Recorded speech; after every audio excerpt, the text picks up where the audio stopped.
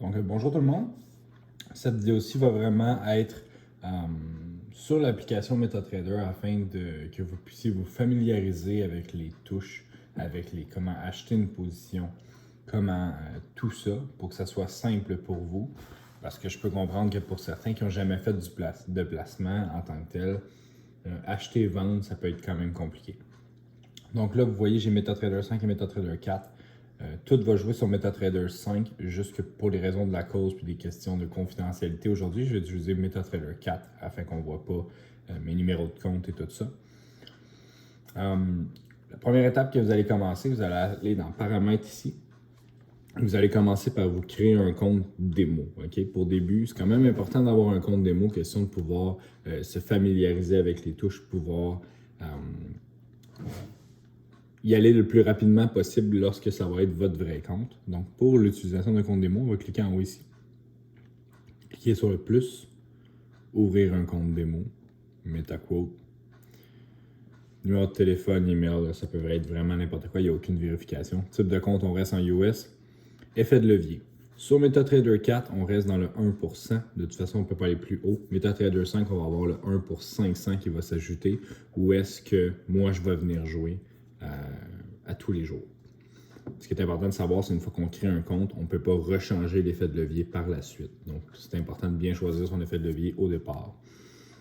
Moi, vraiment, là, dans les conseils que je vais donner, ça va vraiment être du 1 pour 500 d'effet de levier, ce qui est le plus haut effet de levier. Ça a ses avantages comme ses désavantages, mais je vais tourner une autre vidéo pour parler des effets de levier par la suite. Puis, dépôt, ça, c'est le montant que vous voulez commencer avec dans votre compte démo. Ça change absolument rien. On peut y aller avec des montants un peu plus réalistes là, pour que vous ayez une idée.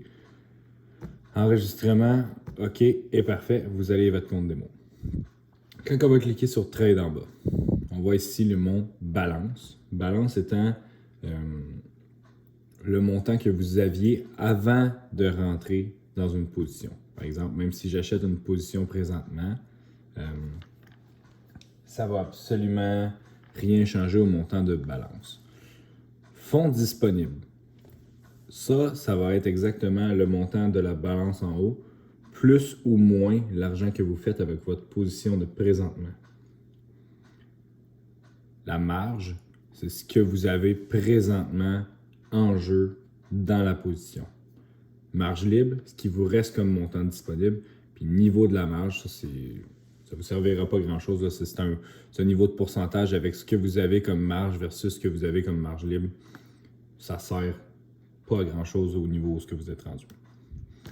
Graphique, c'est là qu'on va venir voir le graphique ici. Là, présentement, on est sur l'euro US en H1. Là, on va y aller, mettons, en M1. Ça va vraiment être en M1. On voit ici, c'est toutes des chandelles. M1, chacune des chandelles représente 1 minute. Si on irait en M5, chacune des chandelles représente 5 minutes. M15, chacune des chandelles représente 15 minutes et ainsi de suite jusqu'à 30, si je me trompe bien. Si vous regardez bien en M1 ici, on va voir la vague. On va voir la vague qu'on a réussi à profiter ce matin avec l'équipe que je suis en train de former. On a réussi à profiter d'une belle vague de 140 pips ici. Ce qui a été quand même assez bon ce matin. Fait que ça va vraiment être au niveau graphique. Encore là, je pense pas que ça va vous servir à voir le graphique, mais encore là, si vous n'avez aucune connaissance en analyse graphique, ça ne vous servira pas nécessairement à grand-chose. Si on veut ajouter des indicateurs ici à la fenêtre principale, mettons on rajoute... encore là, si vous ne connaissez pas les indicateurs, ça ne vous servira pas à grand-chose. Juste savoir que si vous avez des indicateurs à rajouter, ça va être comme ça qu'on va les rajouter. Trade. Le moment où est-ce qu'on peut acheter ou vendre une position. Si vous voyez bien, vous avez deux chiffres ici, okay, qui sont écartés entre les deux. Présentement, la différence entre les deux, c'est ce qu'on appelle un spread. Donc, présentement, j'ai 20 de spread, ce qui n'est pas nécessairement très bon. Ce qui veut dire que, par exemple, on achèterait une position, voici le prix qu'on la payerait, mais voici le cours actuel de la position qu'on pourrait la vendre. Ce qui veut dire que, par exemple, on l'achèterait à 1,16,030, par exemple, mais on pourrait la vendre à 1,16,010, ce qui est Pas très bon parce qu'on part déjà 20 pips en dessous. Puis lorsqu'on parle d'un effet de levier de 1 pour 500, on parle de 10% en dessous. Donc, au moment où est-ce que vous allez rentrer dans l'action, on va déjà perdre 10%. Fait que généralement, quand il y a des gros spreads comme ça, moi, j'essaie de me maintenir un peu loin de ça, puis je ne rentre pas nécessairement dans les actions. Ici, en haut, c'est le montant qu'on va... Ben, le montant, c'est la quantité qu'on va monter. Dans MetaTrader 4, il n'y a pas de limite, on peut en acheter des milliards d'un coup. MetaTrader 5, on peut en acheter maximum 500. Là, il y a un petit calcul que vous allez devoir faire parce que pour la plupart, vous allez jouer avec un effet de levier de 1 pour 500. Lorsqu'on joue sur l'euro US et qu'on en achète 500, c'est 100 000 fois le taux que vous avez payé. Et donc, si on en achète 500, ici, à 1,16011, on vient d'acheter 116 011 $ de cette position. Fait qu'on a simplement à diviser ce montant-là, 116 015 par exemple, par 500 pour découvrir 1, ça vaut combien. Encore là, on pourrait en acheter 1,14. Il n'y a pas, je veux dire, il n'y a pas nécessairement de limite. Puis pour la plupart, au début, vous allez pas mal être all-in avec toute votre liquidité dans la position. C'est important de savoir combien qu'on peut en acheter total pour nécessairement pas en acheter un, puis là, il me reste encore de l'argent, en racheter un, puis là, il en reste un peu, on rachète 0.5, finalement, on se ramasse avec 3 positions à la place d'avoir acheté 2.5 au début. Je pense que le calcul est quand même assez facile, là. 116 007 divisé 500, ça fait 1. Puis après ça, un petit produit croisé avec le montant que vous avez, puis savoir combien vous pouvez en acheter. Là. Fait que ça va vraiment être pour la quantité. Encore une fois, ici, excusez-moi. Une fois, on peut faire des plus 1 pour aller plus vite, moins 1, plus 1, peu importe. Ça va vraiment être des touches pour la rapidité. Stop loss, je vais essayer d'en parler vite.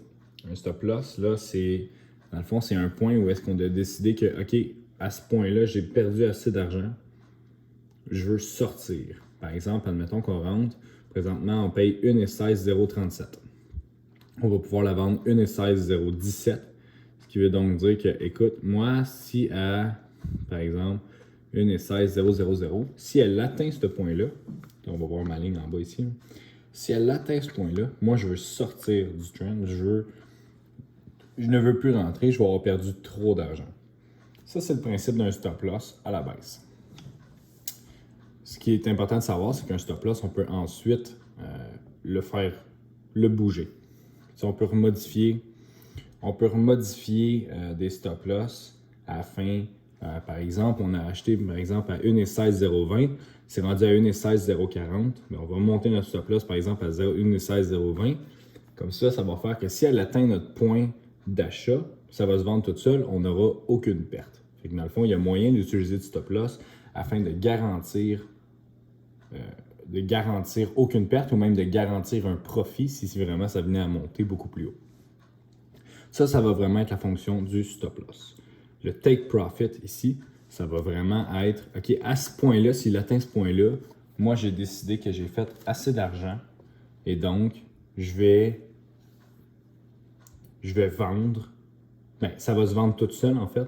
Par exemple, je dis, OK, on a acheté à 1,1629, à 1,16, peu importe combien. La déviation, on ne touchera pas à ça là, dans le groupe. Là.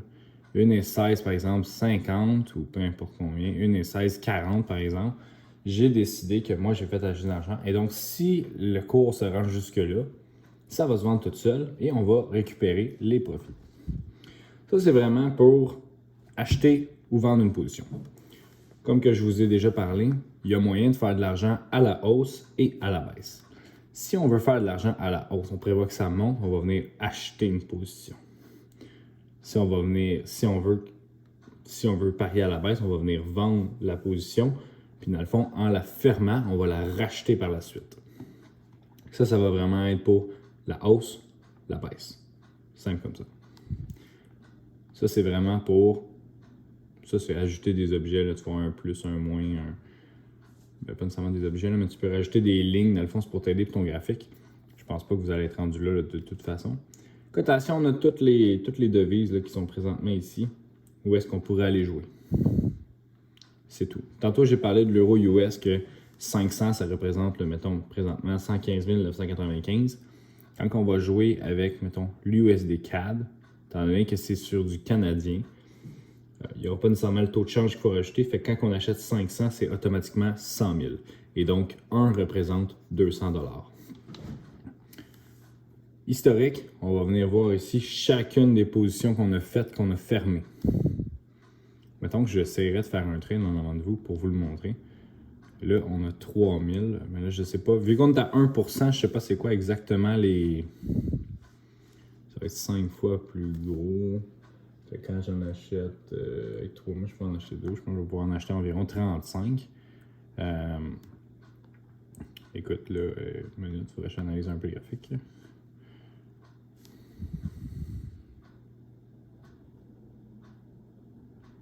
Encore là, présentement, ça ne serait pas une position que je rentrerais parce que c'est un peu dangereux. À ce point-ci, on ne saurait pas si ça tomberait ou si ça commencerait à monter. Je vais quand même le faire juste pour vous montrer vraiment comment acheter une position. Trade plus, on en achète 35, achat, pas assez de fonds, c'est ce que je pensais. On en a acheté 30. Ok, mais là, je ne sais vraiment pas à 1% combien que... Je peux juste en acheter 12 pareil. Pas assez de fonds. Ok. Ok, mais là...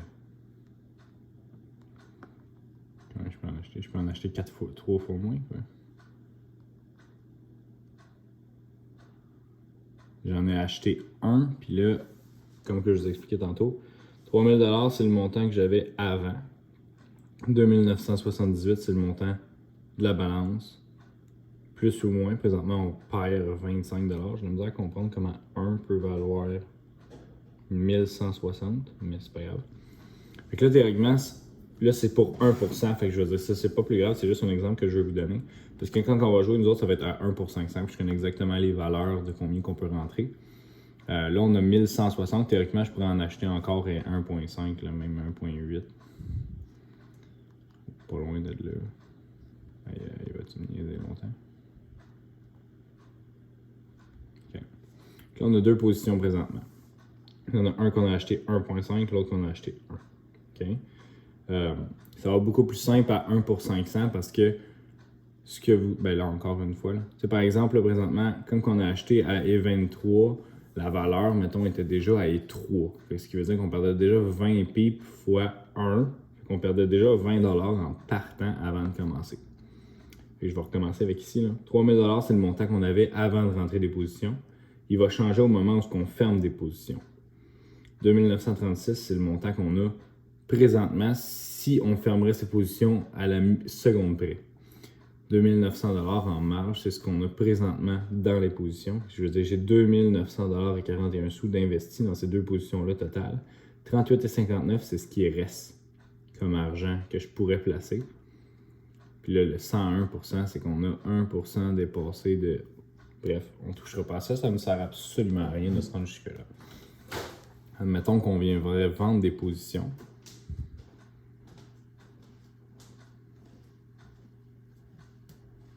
Ah, attends, je vais peser sur le doigt ici, le crayon en fait.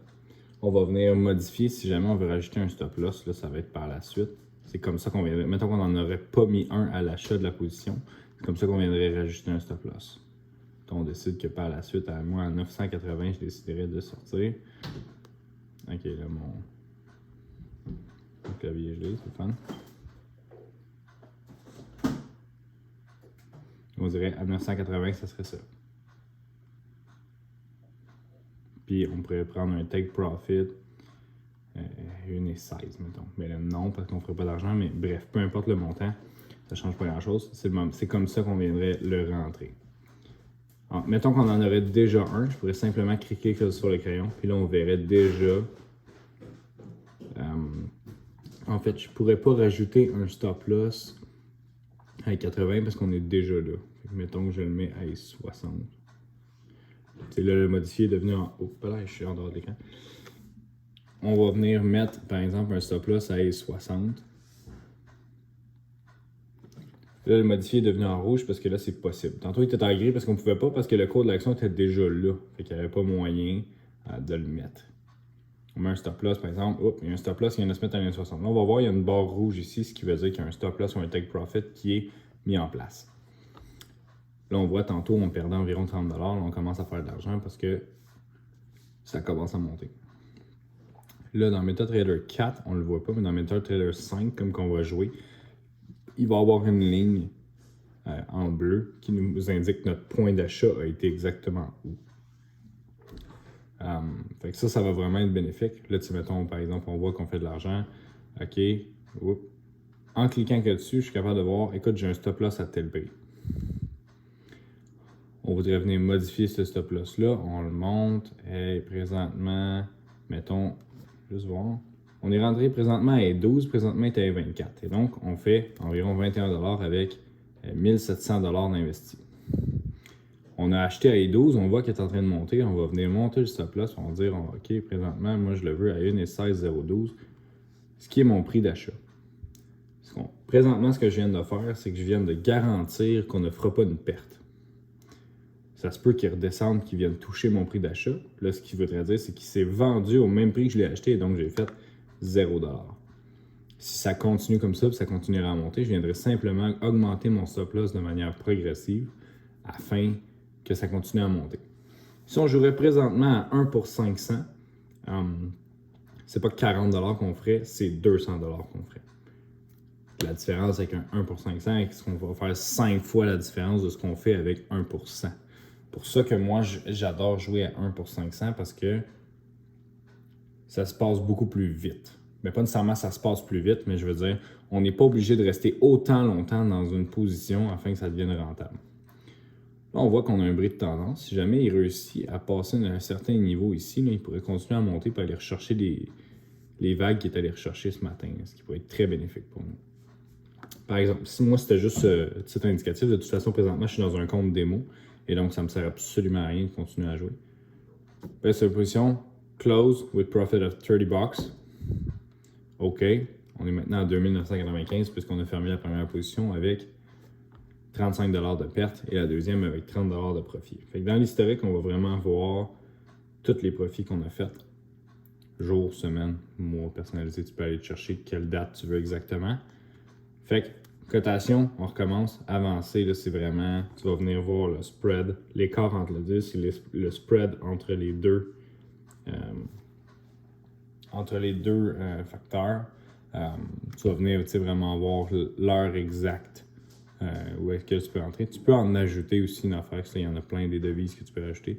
Tu peux venir jouer sur l'or, sur l'argent, tout sur des choses comme ça. Je pense que j'ai pas mal tout couvert la fonction Forex. Il y a moyen, sur MetaTrader, il y a des touches plus rapidement. Là, il y a un petit carré rouge et bleu ici là, que tu peux cliquer pour simplement acheter directement à partir du graphique pour que ça aille plus vite. Mais étant donné qu'on va acheter seulement une position avec vos comptes, ça ne nous servira pas nécessairement très bien.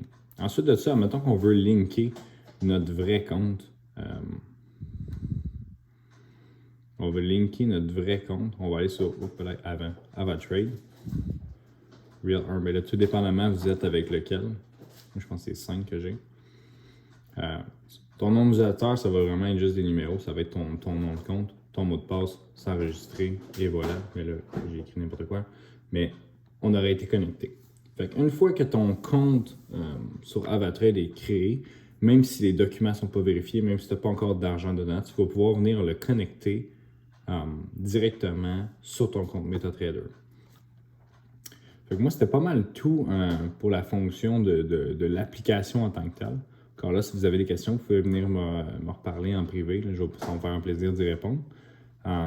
Pour ce qui est du compte démo, je voulais juste être clair aussi.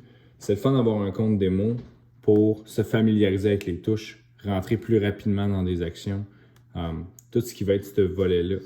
Encore là, il ne faut vraiment pas prendre un compte démo comme si c'est ce qu'on allait faire dans la vraie vie. En partant, là, il y a le facteur stress qui embarque quand c'est de la vraie argent, que vous n'aurez pas avec un compte démo. Ça entend un compte démo, vous perdez l'argent au complet, c'est pas grave, on efface le compte, on en recrée un autre avec le même montant, puis c'est fin de l'histoire. Avec de la vraie argent, c'est pas la même chose. Fait que jamais, au grand jamais, il faut se dire « Hey, j'ai réussi à doubler mon investissement dans 3 jours sur mon compte démo. Je vais me créer un vrai compte, mettre ce vrai argent-là, puis je vais faire ça. C'est pas nécessairement comme ça que ça fonctionne. En fait, c'est zéro comme ça que ça fonctionne. Fait que c'est vraiment important. Le compte démo, c'est seulement et uniquement pour se familiariser avec les touches de MetaTrader. Et c'est pouvoir acheter des positions plus rapidement, en vendre plus rapidement, comprendre le fonctionnement de l'application. C'est la seule utilité d'un compte démo. Jamais, comme je vous ai dit, puis je vais le répéter, jamais au grand jamais, il faut prendre ce que vous faites dans un compte démo comme si ça allait être la vraie vie. Parce que si vous faites ça, vous arrêtez de suivre mes conseils ou peu importe, puis vous pensez réussir à faire ça, je vous garantis que dans un délai de maximum 2 semaines, vous allez tout perdre votre argent et ça facilement. Bref, je vais reparler de l'ouverture d'un vrai compte, pas nécessairement d'un vrai compte, mais d'un compte Forex sur AvaTrade sur un prochain vidéo. Puis on va pouvoir être seté sur pas mal tout.